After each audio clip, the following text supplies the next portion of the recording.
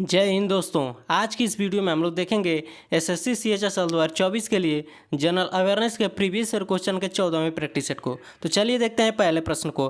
पहला प्रश्न है, बैलाडीला की पहाड़ियाँ निम्नलिखित में से किस खनिज के लिए प्रसिद्ध हैं?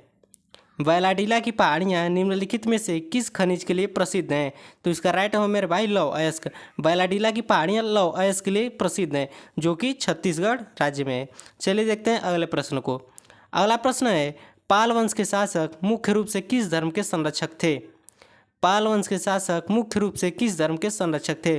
तो मेरे भाई पाल वंश के शासक बौद्ध धर्म के संरक्षक थे। इसका राइट बी ऑप्शन बौद्ध धर्म। और पाल वंश की स्थापना गोपाल ने की थी। चलिए देखते हैं अगले प्रश्न को। अगला प्रश्न है, भारतीय संविधान की निम्नलिखित में से कौन सी विशेषता कनाडा के संविधान से नहीं ली गई है? भारतीय संविधान की निम्नलिखित में से कौन सी विशेषता कनाडा के संविधान से नहीं ली गई है? तो मेरे भाई इसका राइट आंसर सी ऑप्शन समवर्ती सूची। समवर्ती सूची कनाडा के संविधान से नहीं ली गई है। यह समवर्ती सूची ऑस्ट्रेलिया के संविधान से ली गई है, हमारे संविधान में। चलिए देखते हैं अगले प्रश्न को। अगला प्रश्न है, बोकाजन सीमेंट संयंत्र निम्नलिखित में से किस राज्य में स्थित है? तो मेरे भाई बोकाजन सीमेंट संयंत्र असम में स्थित है। इसका राइट होगा डी ऑप्शन असम। बोकाजन सीमेंट संयंत्र असम में है। चलिए देखते हैं अगले प्रश्न को।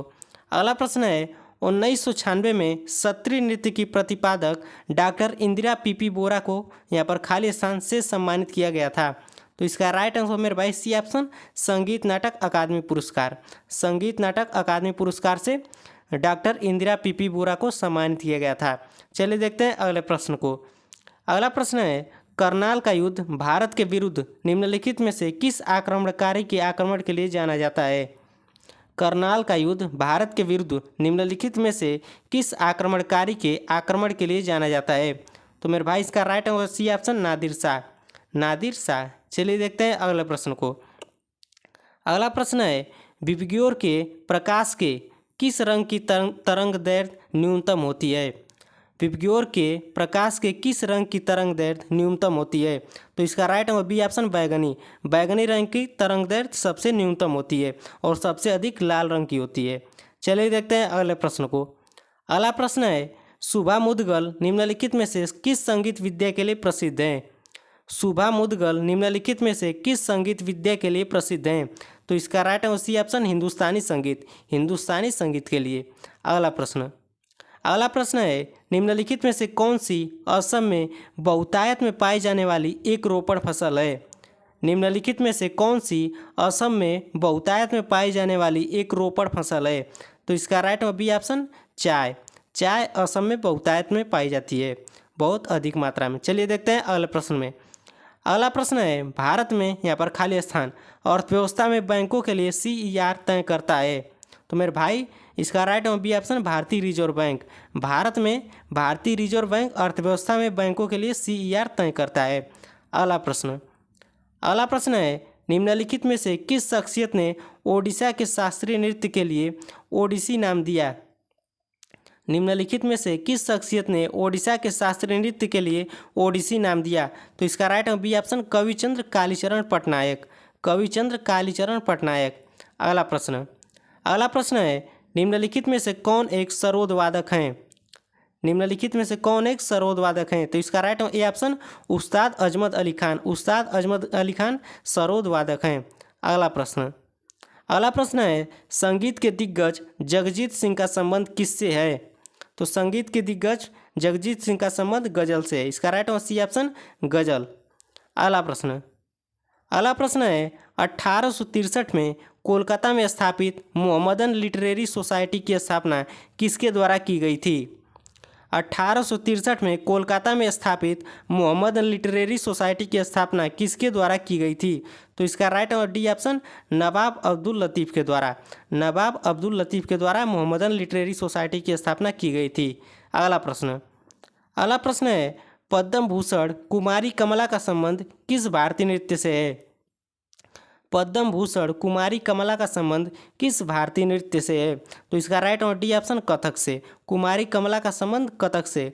कथक जिसकी उत्पत्ति उत्तर प्रदेश में हुई थी। चलिए देखते हैं अगले प्रश्न को। अगला प्रश्न है, दीपावली हिंदू कैलेंडर के किस महीने में मनाई जाती है? दीपावली हिंदू कैलेंडर के किस महीने में मनाई जाती है? तो इसका राइट में बी ऑप्शन कार्तिक। अगला प्रश्न है इनमें से किस क्षेत्र में हरित क्रांति पैकेज की पहली लहर चली? तो इसका राइट में मेरे भाई पंजाब में हरित क्रांति पैकेज की पहली लहर पंजाब में चली थी। अगला प्रश्न है भारतीय संविधान का संरचनात्मक भाग या ढांचा काफ़ी हद तक यहाँ पर खालिस्तान के अधिनियम से लिया गया है। तो मेरे भाई इसका राइट है सी ऑप्शन 1935 के अधिनियम से। भारतीय संविधान का संरचनात्मक भाग या ढांचा 1935 के अधिनियम से लिया गया है। अगला प्रश्न है भारत की जनगणना 2011 के अनुसार किस राज्य का जनसंख्या घनत्व सर्वाधिक है? भारत की जनगणना 2011 के अनुसार भारत के किस राज्य का जनसंख्या घनत्व सर्वाधिक है? तो इसका राइट ए ऑप्शन बिहार की जनसंख्या घनत्व सर्वाधिक है। अगला प्रश्न है भारत ने अपना पहला पुरुष हॉकी विश्व कप किस वर्ष जीता था? तो मेरे भाई भारत ने अपना पहला पुरुष हॉकी विश्व कप 1975 में जीता था। इसका राइट डी ऑप्शन 1975। अगला प्रश्न है निम्नलिखित में से कौन सा महमूद गजनवी का पंजाब के बाहर अंतिम आक्रमण था? निम्नलिखित में से कौन सा महमूद गजनवी का पंजाब के बाहर अंतिम आक्रमण था? तो इसका राइट ए ऑप्शन सोमनाथ का आक्रमण महमूद गजनवी का अंतिम आक्रमण था पंजाब के बाहर। अगला प्रश्न है निम्नलिखित में से किस एक प्रकार की वनस्पति हिमालय क्षेत्र में पाई जाती है? तो मेरे भाई इसका राइट ए ऑप्शन अल्पाइन जो कि हिमालय क्षेत्र में पाई जाती है। अगला प्रश्न है केंद्रीय सांख्यिकी कार्यालय ने किस वर्ष भारत में जीवीय अवधारणा को अपनाया? केंद्रीय सांख्यिकी कार्यालय ने किस वर्ष भारत में जीवीय अवधारणा को अपनाया? तो इसका राइट सी ऑप्शन 2015 में अपनाया। अगला प्रश्न है खो खो की टीम में खिलाड़ियों की संख्या कितनी होती है? खो-खो की टीम में खिलाड़ियों की संख्या कितनी होती है? तो इसका राइट और डी ऑप्शन 12।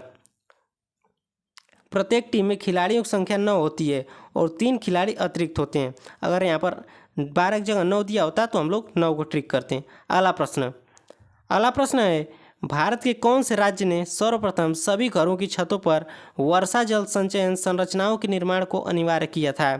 तो इसका राइट है मेरे भाई ये ऑप्शन तमिलनाडु ने। अगला प्रश्न है भारतीय संविधान का निम्नलिखित में से कौन सा अनुच्छेद यह प्रतिस्थापित करता है कि यदि हम कोई धार्मिक जुलूस देख रहे हैं तो हमें संप्रदाय की सद्भाव का ख्याल रखना चाहिए? भारतीय संविधान का निम्नलिखित में से कौन सा अनुच्छेद यह प्रतिस्थापित करता है कि यदि हम कोई धार्मिक जुलूस देख रहे हैं तो हमें संप्रदाय की सद्भाव का ख्याल रखना चाहिए? तो इसका राइट ए ऑप्शन अनुच्छेद 51 का ई, क्लॉज ई। अगला प्रश्न है भारत की अमूर्त सांस्कृतिक विरासत और भारत की विविध सांस्कृतिक परंपराओं की रक्षा भारत सरकार के किस मंत्रालय की योजना है? भारत की अमूर्त सांस्कृतिक विरासत और भारत की विविध सांस्कृतिक परंपराओं की रक्षा भारत सरकार के किस मंत्रालय की योजना है? तो इसका राइट बी ऑप्शन संस्कृति मंत्रालय की। अगला प्रश्न है भारत में निम्नलिखित में से कौन सा कथन मौलिक कर्तव्यों के संबंध में सही नहीं है? तो इसका राइट बी ऑप्शन ग्राम पंचायत का गठन करना। अगला प्रश्न है इनमें से कौन सा औपचारिक क्षेत्र के तहत एक पारंपरिक कमजोर वर्ग ऋणदान है? इनमें से कौन सा औपचारिक क्षेत्र के तहत एक पारंपरिक कमजोर वर्ग ऋणदान है? तो इसका राइट ए ऑप्शन व्यावसायिक बैंक प्राथमिकता क्षेत्र ऋणदान। अगला प्रश्न है रक्षा अनुसंधान एवं विकास संगठन का निम्नलिखित में से कौन सा पद इसके संगठन या चार्टर के शीर्ष स्तर का पद है? रक्षा अनुसंधान एवं विकास संगठन का निम्नलिखित में से कौन सा पद इसके संगठन चार्ट के शीर्ष स्तर का पद है? तो इसका राइट ए ऑप्शन सचिव डीडी तथा R&D।